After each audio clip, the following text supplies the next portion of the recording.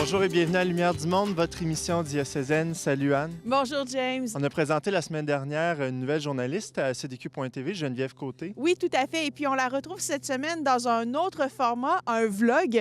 Elle nous livre ses commentaires sur le carême, qui, ma foi, n'est pas toujours facile à vivre. Elle nous donne ses trucs pour bien y arriver. Vous connaissez notre chroniqueur Guylain Roussel, qui porte désormais son nom d'artiste Guylain Seft. Il a lancé son album le 13 mars dernier et CDQ.tv y était et vous rapporte quelques images. On fait un retour sur la JMJ diocésaine de l'année dernière pour vous donner le goût de vous inscrire à celle de cette année qui aura lieu le 14 avril prochain. Donc, c'est vraiment un rendez-vous. C'est toujours temps de s'inscrire pour la JMJ diocésaine. Et pour commencer, le Père Dominique nous livre une petite méditation en forme de parabole où une hostie joue un rôle important. Je vous souhaite une très belle émission.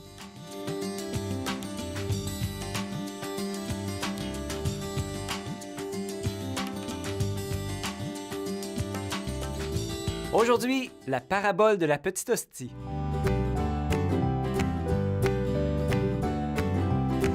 Voyez ce que j'ai ici? C'est une petite hostie. Non, j'ai pas sacré. C'est vraiment une hostie, voilà. Et ne t'inquiète pas, elle n'est pas consacrée, c'est-à-dire que la présence de Jésus-Christ n'est pas encore en elle. Mais aujourd'hui, j'aimerais te raconter son histoire. L'histoire de la petite hostie qui se trouvait bien petite. Elle était petite, mais au fond de son cœur se cachait des grands désirs, et pas même sa petitesse n'aurait pu éteindre le feu qui brûlait en elle. Elle avait un cœur grand comme le monde, et pourtant, elle était tellement petite. Elle avait d'ailleurs essuyé plusieurs moqueries dans le passé à cause de sa forme, à cause de sa petitesse. « Tu n'atteindras jamais la valeur d'un sou », qu'on disait, pour se moquer d'elle. Il lui arrivait souvent de se déprécier en se comparant à certaines pâtisseries qu'elle voyait à l'école. Pâte à pizza était la fille la plus populaire de l'école, car tout le monde voulait être son ami. Personne ne restait indifférent à son charme. Les tomates, les champignons, le fromage, les poivrons de toutes les couleurs. Elle avait une telle facilité à se faire des amis, alors que la petite hostie, elle, sentait qu'elle ne pouvait avoir rien pour attirer le regard. Puis il y avait le croissant, dont le parfum remplissait les couloirs de l'école et suscitait le désir de tous. Sa rondeur, le lustre de son beurre ne manquait pas de susciter l'admiration de tous. Et il y avait le pain 14 céréales qui aimait parader fièrement dans les couloirs de l'école, montrer la gloire de sa constitution physique. Il était fort, il était le maître et savait s'attirer les faveurs des confitures les plus raffinées de l'école. La petite hostie, elle, devant les autres, se trouvait sans couleur, sans saveur, sans force, sans rien. Elle disait, « Ouais, moi, j'atteins même pas la valeur d'un sou, je suis tellement fragile. Quelle est ma saveur? Quelle est ma place? » En arrivant chez elle le soir, elle s'en allait dans sa chambre et se mettait à pleurer. Elle ne s'aimait pas. « Comme j'aimerais changer de vie, être quelqu'un d'autre, » se dit-elle tout en larmes. Et puis, elle s'est mise à prier. « Seigneur, dis-moi quelle est ma place. » Les larmes, le chagrin ont eu tôt fait de lui soutirer les dernières forces qui lui restaient. La petite hostie, épuisée, s'endormit. Dans la nuit, la Vierge Marie apparut dans sa chambre et nimba la pièce d'une lumière qu'on eût dite d'un autre monde. Elle se réveilla en sursaut, et bien qu'elle eût peur, elle ne put s'empêcher de contempler le visage de la Mère de Dieu. La Vierge Marie lui dit: « Sois joyeuse, petite hostie, car tu as été choisie pour donner Dieu. » Comprimant les battements de son cœur, la petite hostie s'illumina de joie devant une telle beauté. Comment se fait-il que la mère de mon Seigneur vienne jusqu'à moi? Marie lui dit à nouveau: « Sois joyeuse, petite hostie, car c'est toi qui as été choisie. » Mais baissant le regard, la petite hostie n'osait plus regarder, comme honteuse d'être elle-même. Elle gémit: « Ô Mère de Dieu, comment pourrais-je donner Dieu, moi qui suis rien? Je n'ai rien à donner au monde. Je n'ai pas autant d'amis que la pâte à pizza, je n'attire personne comme le croissant, je ne peux nourrir personne autant que le pain 14 céréales. M'as-tu vu? As-tu vu qui je suis? J'ai même la misère à croire que je suis du pain. » Marie regardait la petite hostie avec une infinie tendresse. Puis elle lui dit: « C'est justement parce que tu es petite que tu pourras donner Dieu. Pourquoi doutes-tu de Dieu et de sa puissance? Ne sais-tu pas qu'il peut tout et qu'il peut se donner à travers toi? N'a-t-il pas le droit de choisir ce qui est petit pour se donner, si tu acceptes ta petitesse, bien plus, si tu apprends à aimer ta faiblesse, alors tu seras transparente de Dieu et sa lumière parviendra dans ce monde. Tu seras lumière du monde parce que Dieu est lumière et en lui point de ténèbres. Bien que tu sois petite, à ton contact, beaucoup auront le désir de se rapprocher de Dieu. Tu seras un pain qui donne faim. À te regarder, beaucoup verront. Et par toi, ils auront l'âme réchauffée par la beauté du ciel. La paix s'infusera en eux comme du thé dans l'eau chaude. Si tu dis oui, les armes cesseront. Les fils reviendront vers leur père et les pères vers leurs fils. Qui mange du pain de la terre aura encore faim, mais qui te mangera aura la vie éternelle à cause de celui qui sera en toi. Comprends-tu cela? Mais Vierge Marie, comment cela se fera-t-il? Est-ce que tu m'as vu? Je n'ai rien, je ne suis rien. Elle lui sourit à nouveau, d'un sourire encore plus radieux. Tu n'as rien à faire, seulement qu'à te laisser faire. Tu n'as qu'à choisir de te laisser choisir, à aimer ce que Dieu aime. L'Esprit Saint viendra sur toi, et lorsque le prêtre étendra les mains sur toi, la puissance du Très-Haut te couvrira de son ombre. Je suis passé par là, tu sais, et je peux t'assurer que rien n'est impossible à Dieu. Alors la petite hostie accepta l'invitation de la Vierge Marie, non sans peine, et la suivit jusqu'à l'église. Elle fut déposée dans la patène avec d'autres petites hosties qui avaient accepté aussi d'offrir leur vie à Dieu. Quand le prêtre étendit les mains au-dessus de la patène, elle comprit qu'elle ne serait plus jamais la même. C'était Père Dominique pour ECDQ.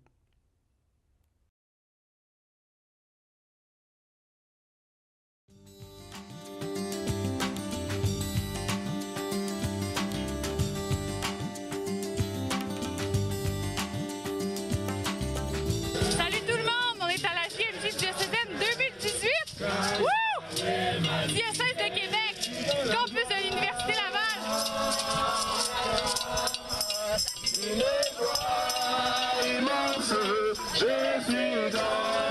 Alors aujourd'hui, on a eu une journée incroyable.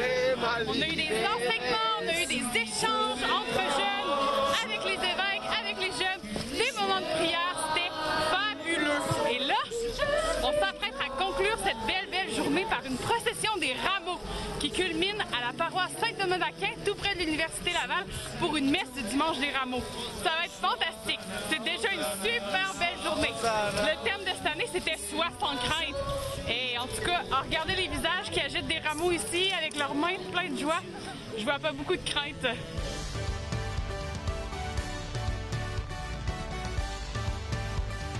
Sois sans crainte, Marie, tu vas trouver grâce auprès de Dieu. Ces paroles sont les paroles de l'ange adressées à Marie par l'archange Gabriel, simple jeune fille d'un petit village de Galilée. Dieu, qui pour entrer dans le monde, s'adresse à une jeune fille, qui n'avait pas tous les diplômes et toutes les connaissances et toute l'expérience, mais elle avait un cœur ouvert, un cœur disponible. Et le pape ajoute, « Et vous les jeunes, quelle peur vous habite? Qu'est-ce qui vous préoccupe le plus? Une peur d'arrière-fond chez beaucoup d'entre vous est celle de n'être pas aimé, apprécié, de ne pas être accepté tel que vous êtes. Demandez-vous, aujourd'hui, dans la situation concrète que je vis, qu'est-ce qui m'angoisse? Qu'est-ce que je crains le plus? Qu'est-ce qui me bloque et m'empêche d'aller de l'avant? Pourquoi n'ai-je pas le courage de faire les choix importants que je devrais faire?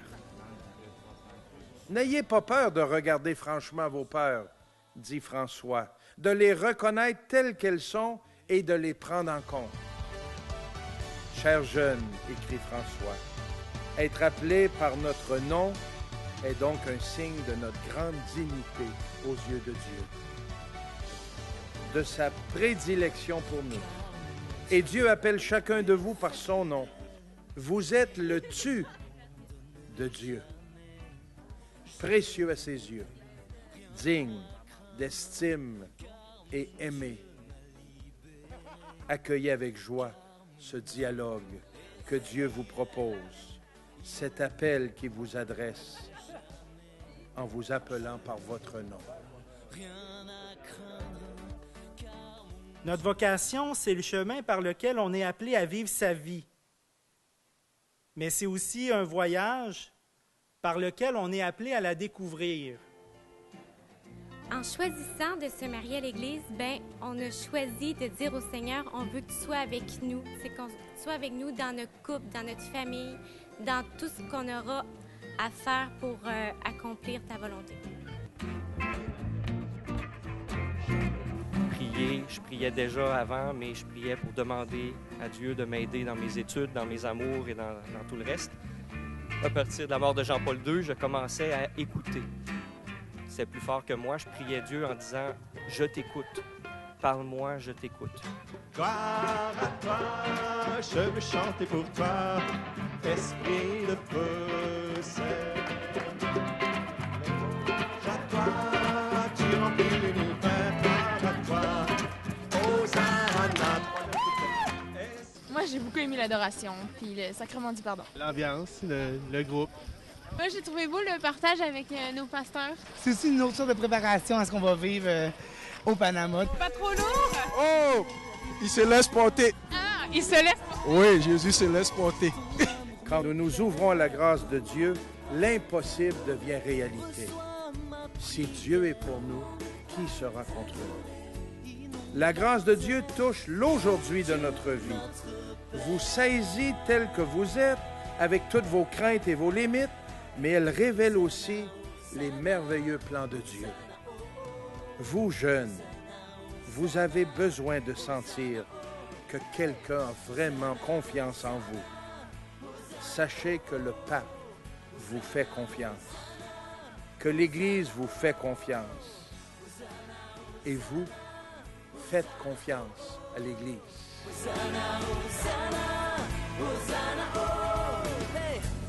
À la jeune Marie a été confiée une tâche importante, précisément parce qu'elle était jeune.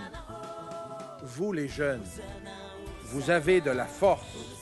Vous traversez une phase de la vie où ne manque certainement pas l'enthousiasme.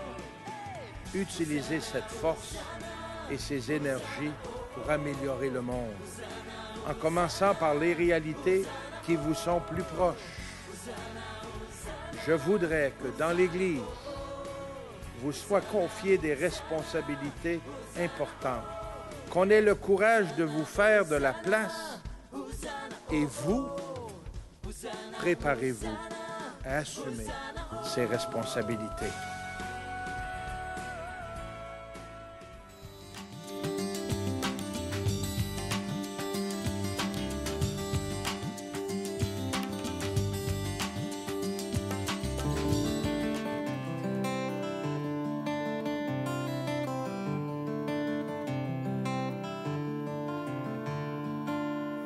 Depuis ma jeunesse, d'autant je me souvienne, je porte l'intuition d'avoir quelque chose de beau puis de précieux à dire au monde par ma musique.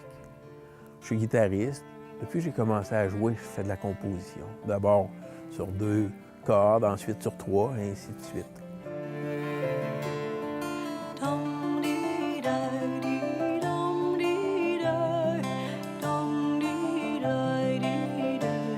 J'aimais laisser sonner les notes, comme s'il y avait un écho d'un ailleurs dedans. Un peu comme le sculpteur qui dit que toute la sculpture est déjà dans la pierre, il s'agit d'enlever ce qui l'obstrue. Donc, il y avait quelque chose à déterrer là-dedans.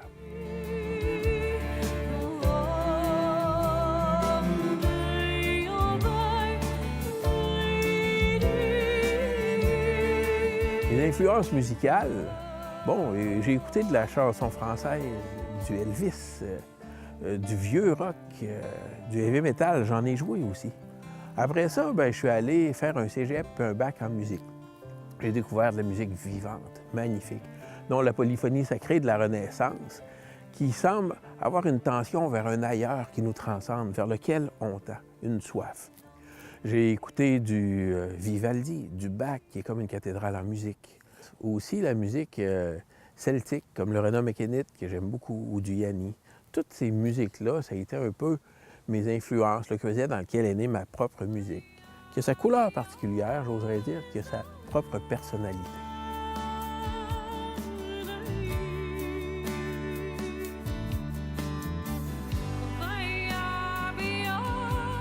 Mon projet, c'est un projet musical, un album, 13 pièces, des musiciens excellents, toute une section rythmique, de la guitare, du piano, violon, violoncelle, de la voix magnifique, parfois quelques pièces avec des mots, puis plusieurs sans paroles. Ça laisse l'espace à rêver, à voyager.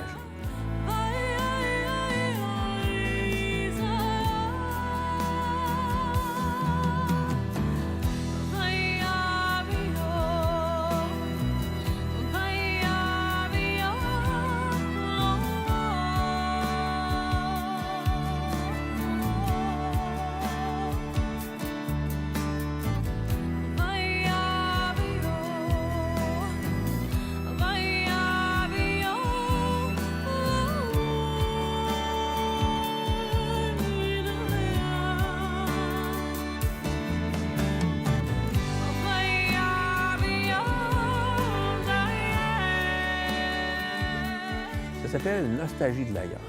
J'aime à dire la nostalgie, ça peut être très beau, comme un matin d'été. C'est comme la nostalgie de quelque chose que j'ai vécu, puis qu'il me tarde de retrouver. C'est un peu de cet ordre-là.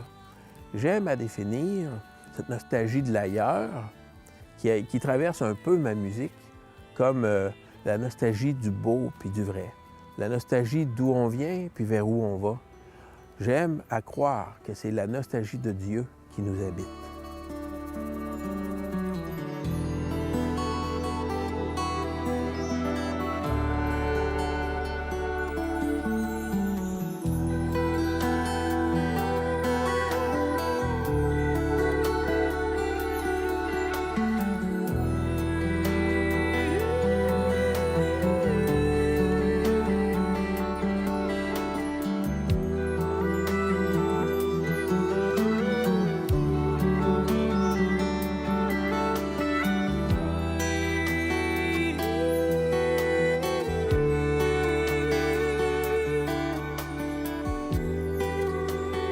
Sur les 13 pièces de l'album, il n'y en a pas une qui est pareille. Ils ont toutes une personnalité différente. Par exemple, il y a 2 intros. L'intro à Humanity's Quest, qui est une atmosphère dans laquelle on baigne, et la pièce Easter Morning, qui est née un matin de Pâques, d'une belle simplicité puis une belle intensité en même temps. La pièce éponyme Nostalgie de l'ailleurs, qui est une pièce qui est assez grande, assez longue, et qui est plein de tableaux dedans. A de l'innocence qui exprime l'innocence qu'on peut trouver dans le monde encore. Il y a Humanity's Quest, la dernière pièce de l'album, qui exprime cette quête de l'humanité. Hein? Alors, elle a une belle intensité, une belle vigueur, elle est très contrastante avec l'introduction. C'est la quête humaine, la mienne, la vôtre. On a tous une quête, on vient, on avance, on passe. Je me suis dit à un moment donné, la science, la technique, j'aime ça, c'est bien, c'est beau, c'est important, mais c'est pas suffisant. On a besoin de sens, par exemple, puisqu'on parle de bien et le mal, la conscience qui fait agir ou ne pas agir, l'éthique, la morale, la philosophie, la théologie. C'est des questions qui donnent sens un peu à nos vies.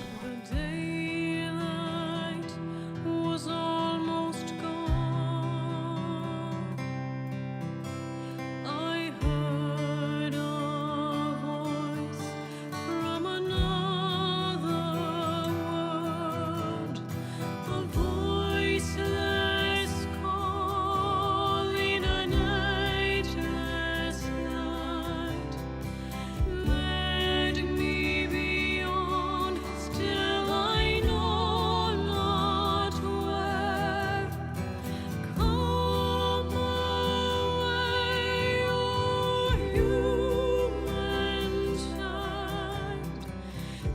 Bien, ma musique, je dirais qu'elle se situe un peu à un carrefour. Imaginons, c'est comme si on écoute un beau film. Imaginons quelqu'un qui est en église, qui a la foi, il écoute ce beau film-là, ça le touche, ça le rejoint. Normal, c'est beau. Quelqu'un qui n'a pas la foi ou qui croit à autre chose, ça le rejoint aussi, c'est beau. Fait que je dis c'est au carrefour en ce sens que ça va chercher quelque chose qui est assez universel dans l'être humain. Cette musique-là est plus qu'un divertissement.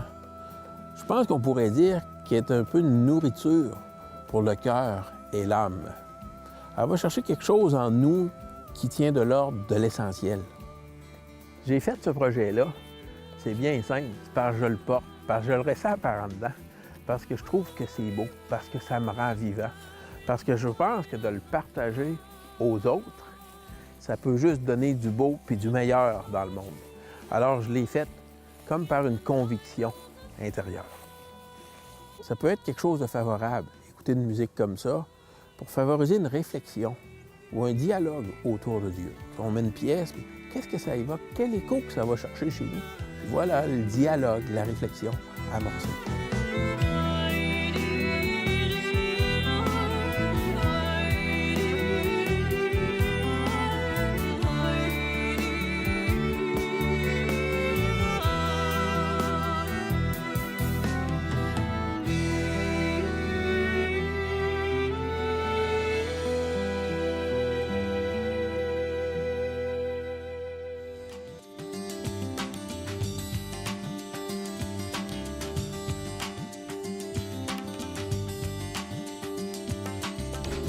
Là, ce qui arrive, c'est qu'on m'a demandé de faire un petit mot sur le carême. Vous allez voir que ma manière à moi d'entrer en carême, ma manière à moi de vivre le carême, c'est pas très compliqué. Parce que, justement, parce que j'ai besoin de petits défis pour vivre des victoires. Parce que si je me lance des gros défis, je vis des échecs, puis ça me nuit plus que ça m'aide. À la manière de Saint Paul qui dit « Je fais donc le mal que je voudrais pas, puis je fais donc pas le bien que je voudrais faire », Romains 7, 19. Pour moi, le carême, puis pour beaucoup de monde, j'ai posé la question « Pour toi, c'est quoi le carême? » Puis on me répondait souvent « Conversion ». De fil en aiguille, d'année en année, j'ai vu les fruits de mes petites conversions du carême. Et à chaque temps de Pâques, je vis tellement des belles grâces que ça m'encourage pour l'année d'après. J'essaye de me rappeler les grâces que j'ai déjà reçues, ça c'est un premier moyen. D'abord faire mémoire pour me donner de la gasoline, pour aller de l'avant, pour faire des nouveaux choix.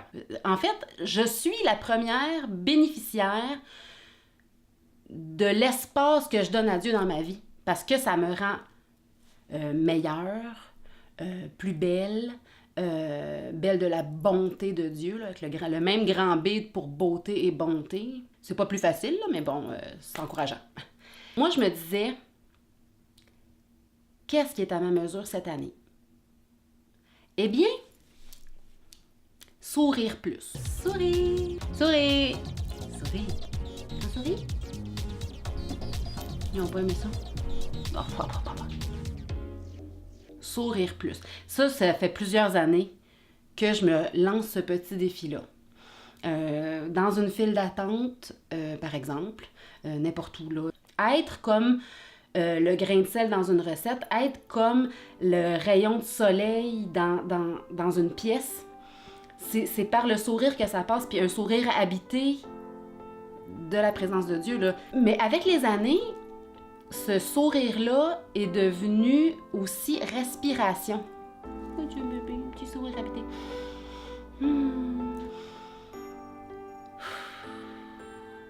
Apprendre à respirer par le nez. Moi, je suis une fille un peu stressée des fois. Puis pour éviter de devenir stressante pour les autres, j'ai développé ce petit truc-là. Donc, respirer par le nez pour sourire d'un sourire habité. De la présence de l'Esprit Saint qui est souffle.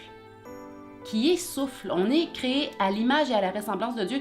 Notre respiration est un souffle et oser dire, Seigneur, viens m'habiter. Puis c'est juste par la respiration. Puis moi, je me dis, une seconde à penser à Dieu, c'est mieux que pas de seconde du tout.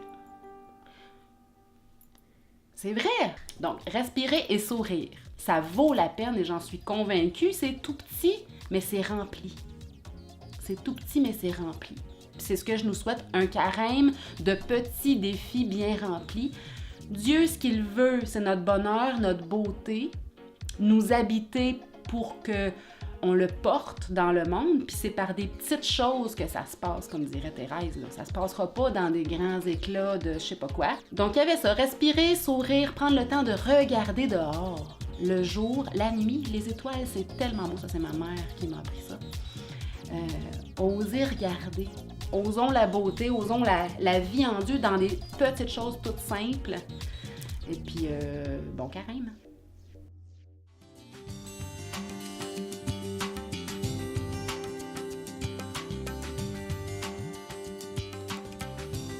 On espère que vous avez pu goûter au dynamisme des JMJ diocésaines, celle de l'année dernière, et que ça vous donne peut-être envie d'y aller cette année. C'est toujours la fin de semaine des rameaux, James, et... Tout à fait. Même cette année, c'est un spécial de 3 jours. On essaie de se donner du temps. Il y aura des enseignements, des temps plus de missions avec les personnes âgées, différentes activités. Donc, c'est possible de s'inscrire sur le site web ecdq.org dans la section des activités. Oui, et puis, en fait, cette année, ça se passe en Basse-Ville, donc à Limoilou et à Vanier. C'est un rendez-vous.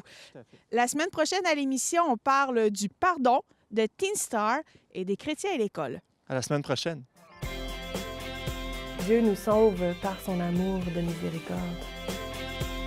Et nous, on a le mandat aussi de devenir lumière du monde à notre tour. Aujourd'hui, c'est que la terre de mission, elle est tout autour de nous. Je sors de chez moi, je suis en terre de mission. J'aime partager ma foi via les réseaux sociaux. Et quand je vois une bonne vidéo, je vais la partager avec mon réseau.